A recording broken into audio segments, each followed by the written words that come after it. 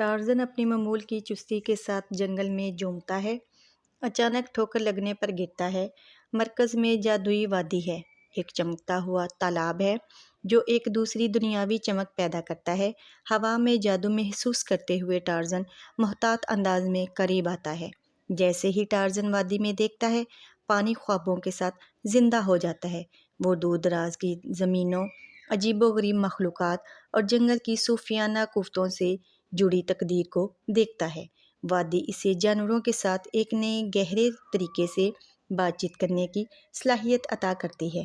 اپنی نئی صلاحیتوں سے بااختیار اپنے جانوروں کے ساتھ جنگل میں گہرے سفر پر نکلتا ہے۔ وادی اس کا رہنما بن جاتی ہے، پوشیدہ راستوں کو ظاہر کرتی ہے اور خطرات سے باخبر کرتی ہے۔ انہیں چیلنجز کا سامنا ہے جو جنگل اور اس کی مخلوقات کے ساتھ ٹارزن کے بندھن کو مضبوط کرتے ہیں۔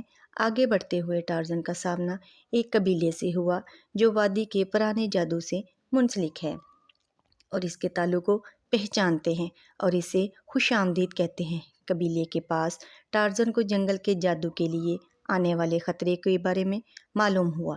قبیلہ ٹارزن اور اس کے جانوروں کے ساتھی جنگل کے سکون کے لیے خطرہ بننے والے قدیم اندھیرے کا سامنا کرنے کے لیے متحد ہو گئے۔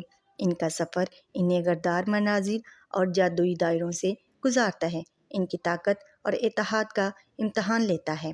تاریکی کے ساتھ تصادم کے دوران ٹارزن جادوئی وادی کی ابتدائی توانائی کو ٹیپ کرتے ہوئے اپنے اندر صلاحیتوں کو دریافت کرتا ہے۔